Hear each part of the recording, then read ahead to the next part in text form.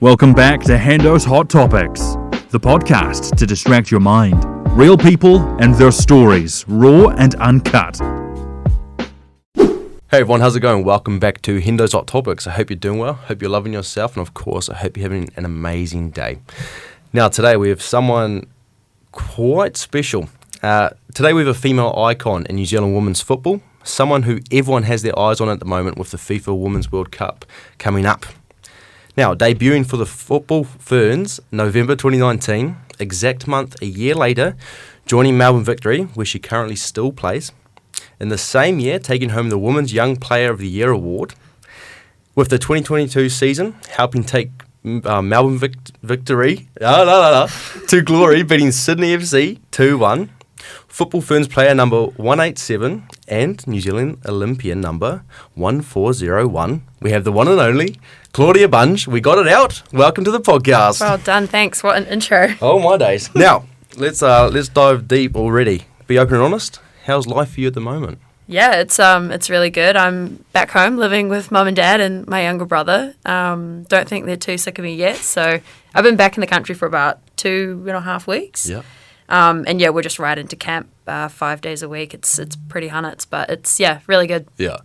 What do you do for downtime when you get downtime? Not too much. I was doing study, but I've kind of put a pause on that. Footy's been taking up a lot of my time, so I just like to hang out with my mates, go get a coffee, go for a walk, hang out with mum and dad. Yeah. They're cooking me dinner, so it's pretty good. I can't complain too much. Yeah, so it's worth coming home. Definitely worth coming home, yeah. Yeah. Your time in Aussie has been, I'd say, one of a very busy one, in the last year or so. Walk us through how it's been coming back home and getting back into normal things. Yeah, for sure. Yeah, it is very busy over there. We travel a lot. I've seen most parts of Australia. The only part I haven't seen is Tassie.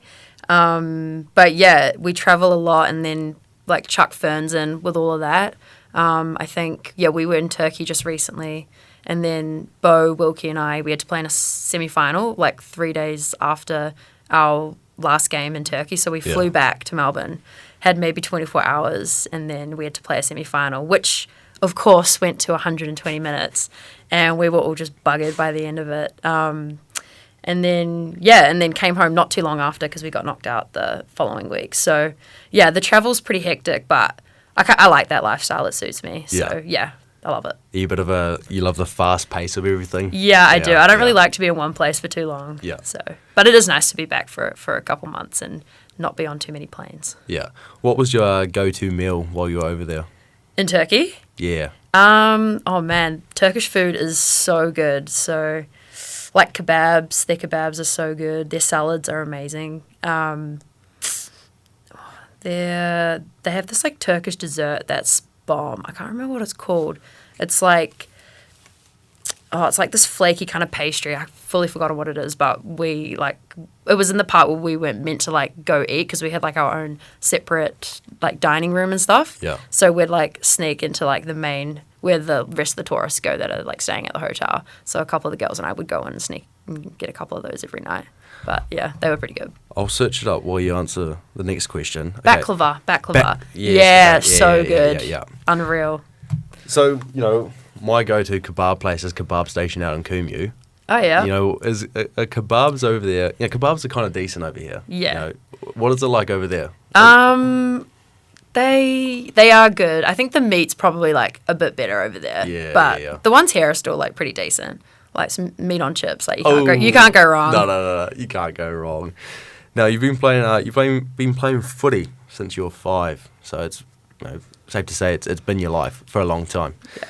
And like every other Kiwi kid, you dibbled and dabbled in a lot of sports, but you stuck with footy. But you were quite a keen tennis player. But you didn't decide to stick around and be the next Serena Williams. Why is that? No, I definitely was never going to be a Serena Williams.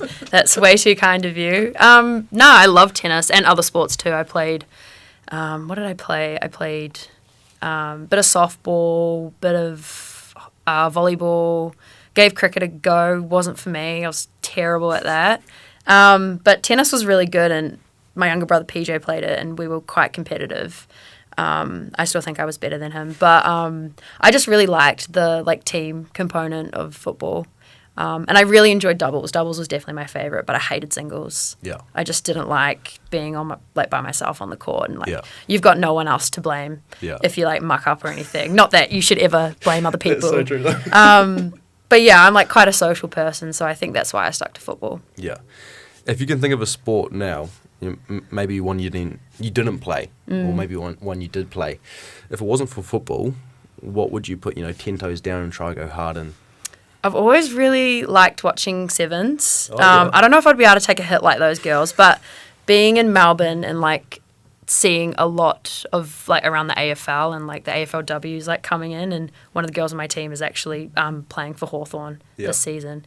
I reckon I would give that a really good crack. Yeah. Obviously kicking through soccer would help, and I feel like I can catch a ball, so yeah, maybe in another life I would have given that a go. But it's also not really a big thing here. I didn't really realise how big it was until I moved to Melbourne, so Yeah. yeah. Yeah, AFL, even for me and my mates, AFL has been one of those sports in the recent years that's been so popularised. You're like, oh, and there's those sports that you think, okay, if I played that, I know I'd be good. Yeah. But you see the AFL videos, and you see them in training jumping the 1.7 verticals and stuff. You're like, oh, maybe never mind. Yeah, and they Never mind. the amount of Ks they clock in a game is Yeah. crazy. The field is so big. So I'm oh yeah, I reckon I could do that, but I'd be blowing definitely. And I think they play quarters. Yeah. And the game's really long, so. And stuff playing on an oval field as well. The size of it, that's it's at least double of a football field. So, but yeah, I'd still give it a crack, I think. Yeah. What's while we're talking about meals before, what's one of Mum's home cooked meals that she tells you that she's cooked it for dinner and you're like, oh, there's no way, and you're fiending to get home to just eat it. She's a really good cook. Yeah. So anything she makes is really good, but her fettuccine is next level. Okay. So when she's making fettuccine, I've got an older brother as well, who doesn't live at home. He will come over if she's making fettuccine. Yeah. Okay, that says something. Right? Yeah. So yeah, K-Dog's fettuccine is unreal.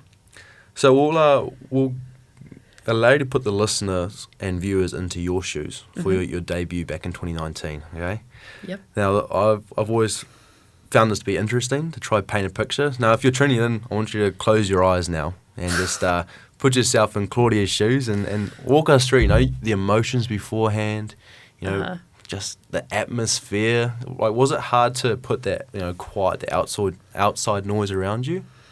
Yeah, it was probably hands down the scariest game I've ever played in my life. Yeah. And I think I'd played in big games before, at under 17s and under 20 World Cups. I still get nervous before any game with the Ferns or even at club level.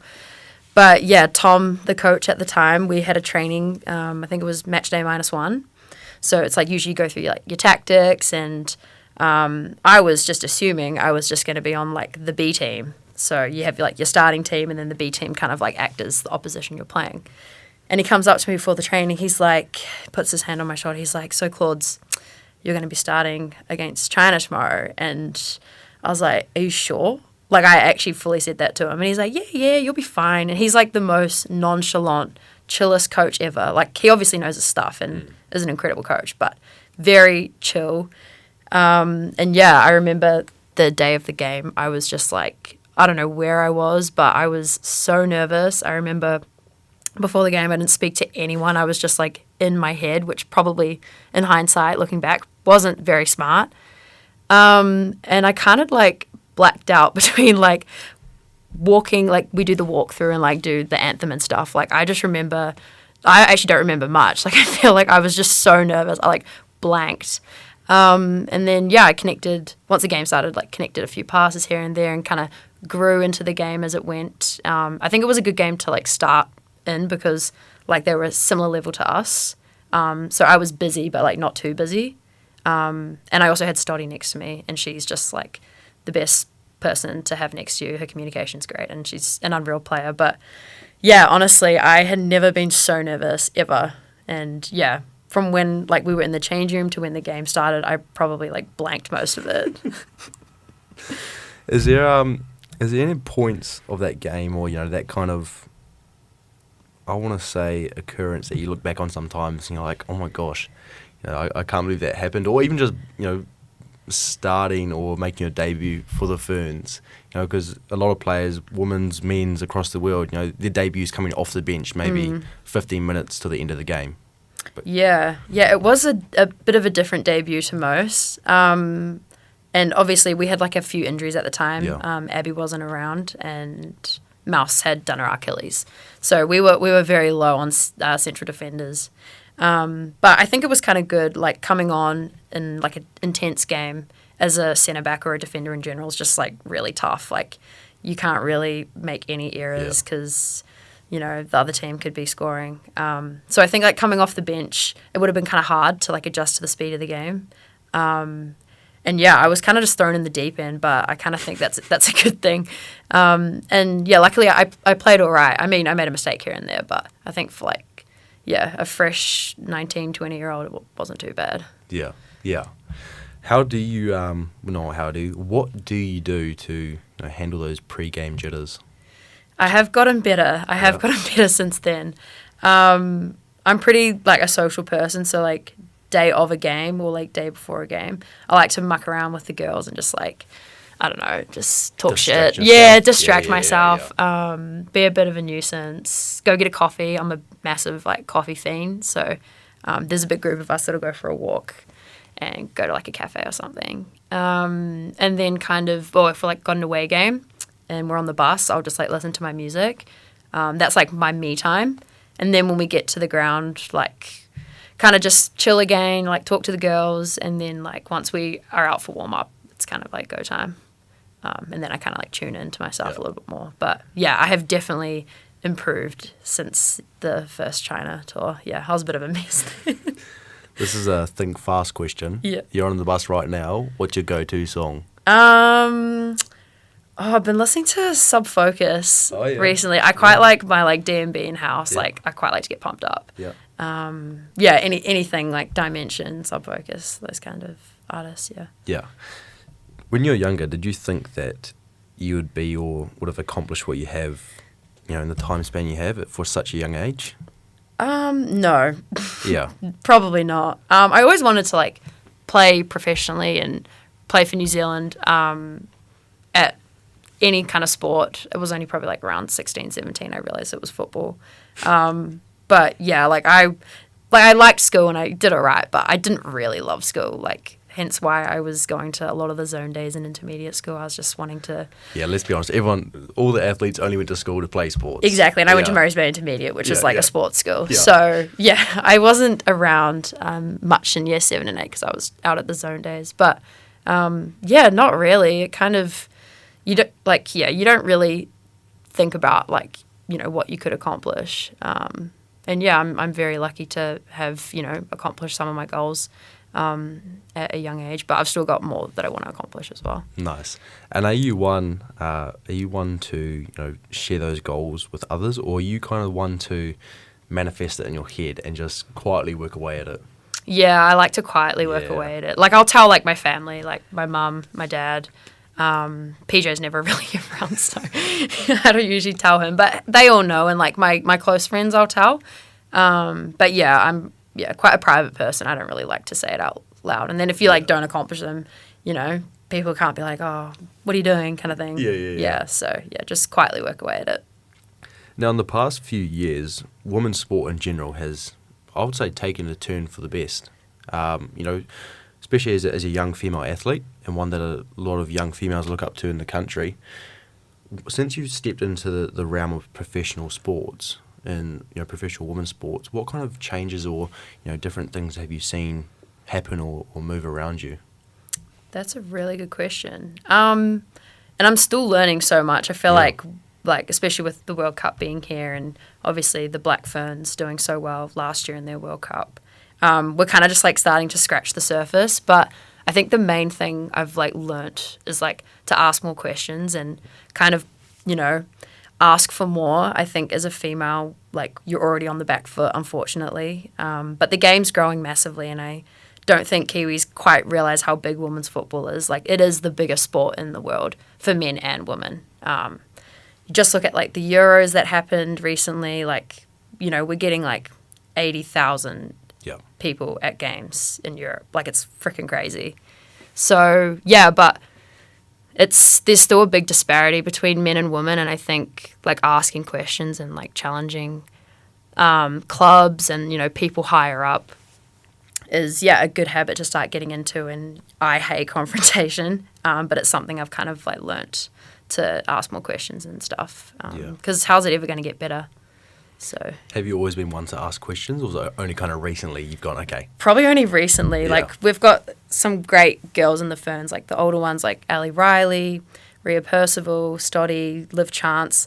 They're not afraid to ask questions. And then, you see them do it, and we've got like a new cycle of players coming through who, by the way, we're not even like the young ones anymore. There's we're like middle age people like me, Malia, Paige, Grace Jarlow. So it's a hard thing to learn, and I think a lot of us are still a little bit, not timid, but like we're still learning the ways. But having the older girls kind of like setting the path for us is really helpful. Yeah, that's nice. Now, as we record this today, it is 59 days until the Women's World Cup. Damn. It's not long now. Yeah. What's the anticipation like for you? Yeah, so there is a bit going on. Obviously, like we're in camp right now, and then there's selections coming up, and it's hard. You don't want to like get too fixated on like the end goal. So we've had a sports psych-in who is also Kylie Wilson. Shout out to her. I don't know if she'd ever listen to this, but she also is with the Black Ferns. So and was a professional rugby player herself. So she knows her shit. Like she is so good. Having her around's been really good, and she's been telling us to focus on just being the best players we can be, and selection is out of our control. Kind of just focus on what you can control. But it's looming. It's so close now. It's just about being as ready as possible, and working on things that you need to work on. Yeah. Now I mentioned before how asked you how you keep the outside noise, and that was during your debut. Now building up to an event like this, especially someone who has achieved a lot in a short amount of time, when it's the professional debut to today's date, there's been a lot of eyes on you, and there's been you see a lot of articles and a lot of highlights and a lot of interviews based around Claudia Bunge.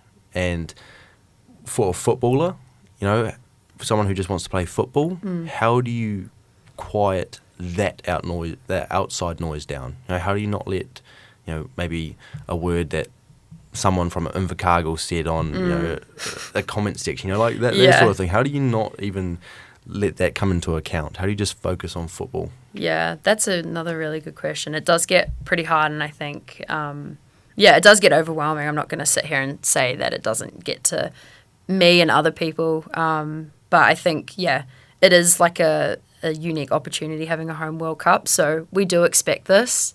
And I'm just, when I do interviews and stuff, I'm just going to like be myself and say what I want to say, and if people don't agree with that, then unlucky. And I also have like good relationships with my family and friends, so if I ever need like a bit of advice, or Dad keeps me pretty humble, he tells me to stop saying all the time, which I always still do. Just being close with my family and friends helps a lot. And then when it does come to footy, just thinking about footy and not worrying about the rest. Yeah. Now, I know how close your family is, but, what's family for you? How important is family for you? Yeah, it's massive. I think you can ask like anyone in New Zealand. We're all pretty tight. Yeah. I've got 3 siblings, and we all grew up together. So our household was a bit chaotic. PJ and I, we're pretty close, and we are very competitive. Even to this day, he still reckons he's faster than me. We're a very close-knit family, and they've come from sporting backgrounds themselves, so they can kind of relate. It just works. So I'm very lucky in that aspect. Yeah, I love that. What's this is another put you on the spot kind of question. Go for it. What's a scenario, or could have even been an interaction or situation that you've been through yourself that's kind of stuck with you, or just something that's taught you, that it comes to your mind, and that's kind of changed your perspective or molded you a bit? That's a really good question. I guess so. I'll take it back to victory. There's probably a few, but I'm just dumb and can't think of any right now. But when we were playing Wellington away, we had to win this game to like get a final spot. And of course, they sneak a goal in. I still give the girls a bit of jiff about this because I'm like, you guys, why did you have to score? But it's okay. We're over it. They scored a goal at the end, and we have this group of supporters called the Vikings that come to all of our games. So they flew from Melbourne to Wellington to come to this game. And they were like so wrapped by like the end of it, despite the result, because we weren't sure if we were going to go through. There were about 3 or 4 teams, I think, that could have made finals. And fortunately, we made it through, luckily. But they were so good about it. And I was like just them being there is like so cool. And there was another girl that was there watching, like a supporter who comes to all our games. And she was crying. And I was like, oh my God, like it was making me like really sad. So I guess just like realizing like what you're doing and like the impact it has on other people. Yeah. And like, you know that, but sometimes you kind of, with everything moving so fast and you got like different games, different weeks, you don't really see those moments. Yeah. So yeah, I gave her a hug after the game, and then it was all good because we made the finals. So, but yeah, it was definitely a bit of a jump scare. I was like, damn, our season could be finished. But yeah, to have them around and to have Charlotte as her name. Yep. Yeah, it was cool. Do you sometimes forget the level you're at now? Oh, for sure. Sometimes I feel like I'm still just like playing first 11 football. Not quite first 11 football, but like Northern Lights. Yeah. Because a lot of the girls I play with now in Ferns, I grew up with. Especially now, there's like a big group of us that like did 17s and 20s together. Yeah, me and Malia Steinmetz were talking about this the other day. We're like, shit, we kind of forget like the level we're playing at sometimes. But I guess it's a good thing because we've got good connections on and off the field. So. Yeah.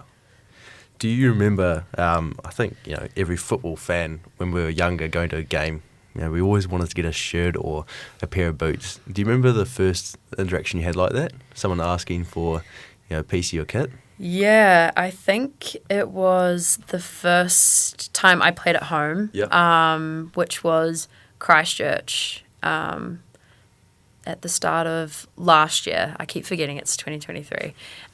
That's so bad. Yeah, we were playing in Christchurch and we lost, I think, the first game against Korea. It was like 1-0 or something. And yeah, we went to go sign some like posters and stuff after the game.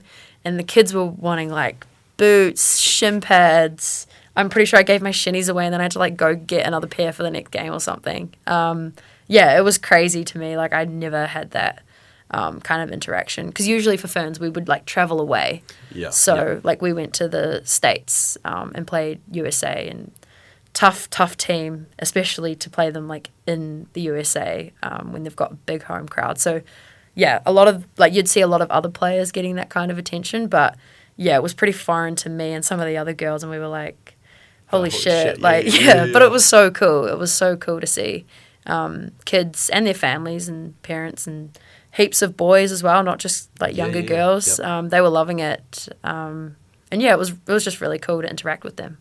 So a little bit of an insider. What do you need to do when you give your stuff away? So, when you gave your shinnies away, what's the process to get some more? Well, usually I would just like go buy some or like borrow someone else's. But I've learnt maybe like don't give your shinnies away unless you've got like a backup pair. So I learnt that the hard way. I also gave a pair of boots away that I definitely could have still worn, but that's all right. Like it makes up for it, and it's definitely worth it. Yeah. Where's the one place you've travelled to, or a game that sticks to you vividly, that either was a real good game or a game where like you learnt a lot off it? Somewhere you travelled, a game you played, which one would come to mind?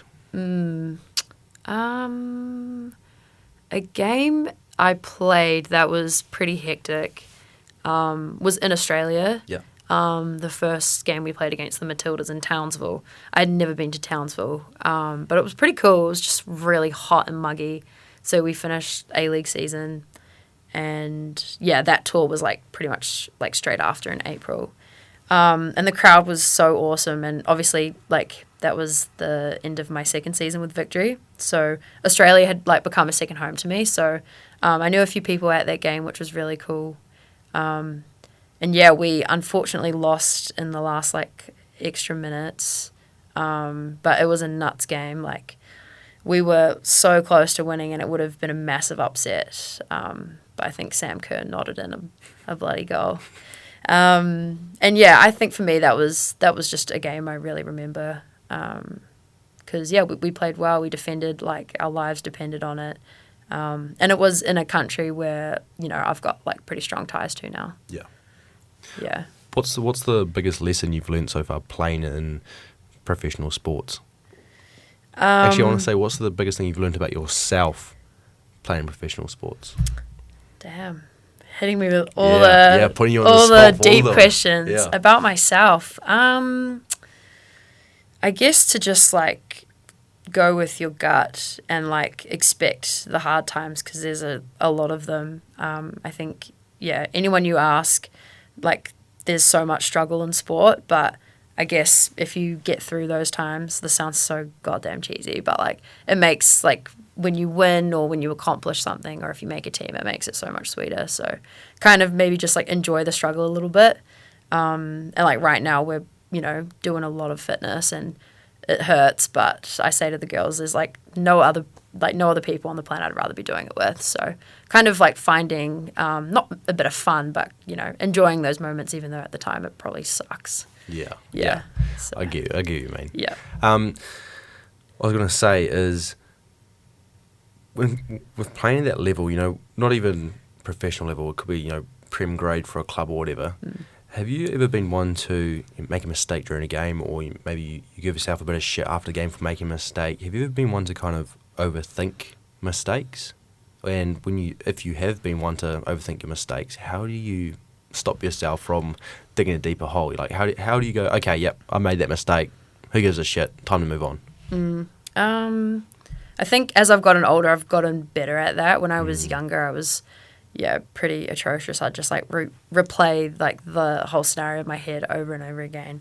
And I don't usually like sleep too well after games anyways, like even if we've had a good game. Like it's just, I think if you ask most people, they would, like say something similar. Yeah. But I guess like when you're starting like a new week of training, like knowing things you need to like improve on. So say you turned over the ball an X amount of times, like during training that week, kind of like focusing and like on those sorts of things, I find helps me get over it. But you also like you just have to move on, because like the only person that's going to be replaying all those mistakes is you. Like no one else, minus the coach maybe. No one else really pays that much attention, despite what you think. So kind of like learning to move on quickly is something I'm still learning to do. But kind of focusing on something new for the week and turning maybe something I didn't do so great into something positive, and then hopefully not doing it again the next game. Well, it's interesting what you said, that the only person that will be replaying it in your head is most likely yourself. Putting you on the spot again, would you have any advice for, the young boy or the young girl out there who is kind of in that kind of make or break time in their life being an athlete? It's either, I'm not sure if you felt it, but it could be the age where you're going into high school or going out of high school where life starts getting busy, so and you're real passionate about a sport. Okay, am I going to keep pursuing it, or am I going to give it up a bit and go work and that sort of stuff? Do you have any advice for someone who may worry about what others think about them when they're playing a game? Because mistakes are always going to happen, and it's sometimes it's really hard not to worry about, okay, what's my teammate thinking about me? Or after the game, or are they talking about me? What's the coach or the assistant coach thinking about me right now? Like, have you ever found yourself in that position, or do you have any advice for someone who may find themselves in that position? Yeah, for sure. We've all been there, and like I think even as like I'm 23, but like as you get older, those things still happen, and you still have those thoughts. Kind of what I said back, if you like make a mistake, not getting too worked up over it. Like have a look at it, address it, acknowledge it, have a plan how you're gonna like change it, and then doing it. It's all well and good saying, oh, I need to be better, blah blah blah. But if you like don't put any action into it, then what's the point?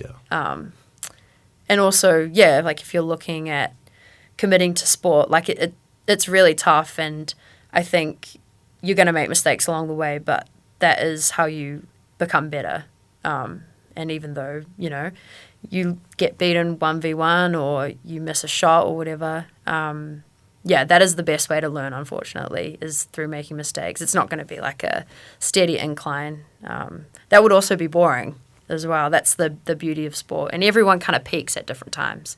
Just because you're not the best player on your team at 16 doesn't mean you can't be when you're 23. So I think just, a bit of perspective and have other things in your life as well, like school, friends, another hobby. It keeps you grounded and can help, definitely.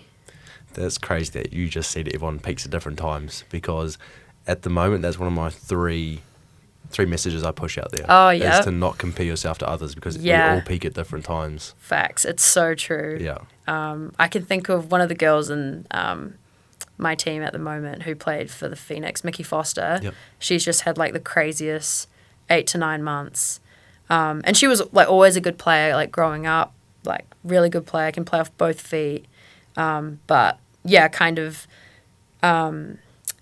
stopped for a little while. She still played, but she wasn't getting picked. And then, gets a chance with the Phoenix and cleans up all the awards, has the craziest season. She did so good, and now she's playing Ferns, and she's 24. Yeah. So, like, age is honestly a number. If you're not making it at 16, 17, 18, like, don't stress. And I think that's kind of what I was meaning by the make or break moment. I remember being 16 playing for reserves, and they're like, okay, by 20 you should be playing first team.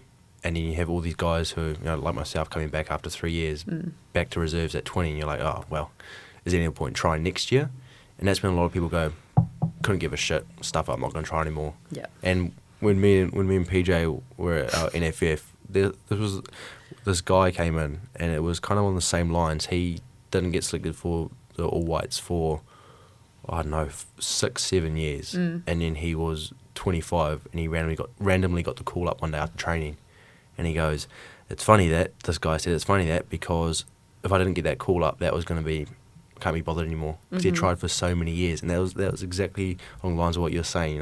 Just because you don't get picked at 16, 17 doesn't mean you're not going to get picked in a few years' time. We all peak at different times. Yeah, for sure. Yeah. It happens at any level. Things can just change so quickly.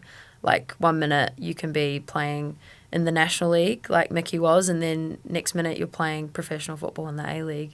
It can happen so quickly, and it's like that with like injuries as well. It's why it's good to have like other things in your life to kind of keep you grounded and not rely on like sport as like your one happiness, because otherwise when you get the ups and downs, you're just going to be on a bit of a roller coaster. How do you find the balance? Like how do you balance it out and not let sport become too much of your life? It's pretty hard when you're doing it 6 to 8 times a week. When you're losing, it's really hard not to get too worked up. I guess, like I said before, like, I'm quite a social person, like go hang out with mates, not even like football mates, like just, my regular mates. Sometimes they don't even like know where I'm playing or what I'm doing, and they don't ask about football, which I find is really nice.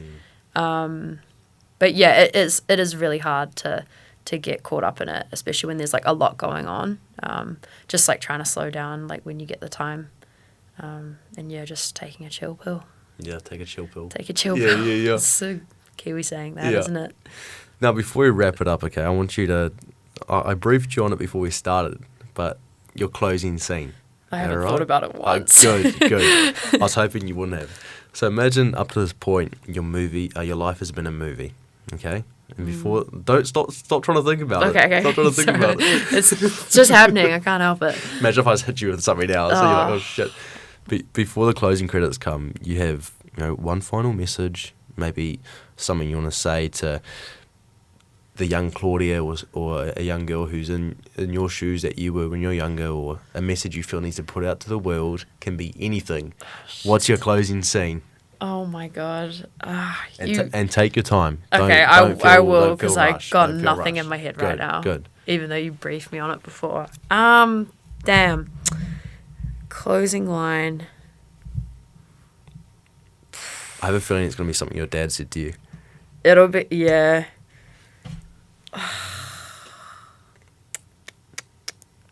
Oh frick! I'm trying to think. It would be something lighthearted and funny.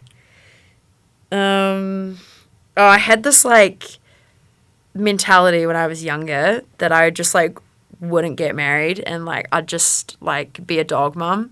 So something along the lines of, are you a dog mum yet? Probably. I hope so. I really want a dog. What kind of dog? I love staffies. Like, a little like blue staffy would be sick. Ooh, yeah. But I just like travel too much. So I think like once I like pick somewhere to live, maybe after footy, the first thing I'm doing is getting a dog. So yeah, maybe am I a dog mum yet? Love that. What a closing scene that was. Well, thank you. Thank you for coming after a training and taking time out to come on the podcast. And thank you for being open and honest. And it's been an amazing chat. Thanks for having me. As always, guys, do what makes you happy, do what you know is right, and do what you need to do for you. Love yourself, be kind to others, and I'll see you next week. Goodbye. Love is lost.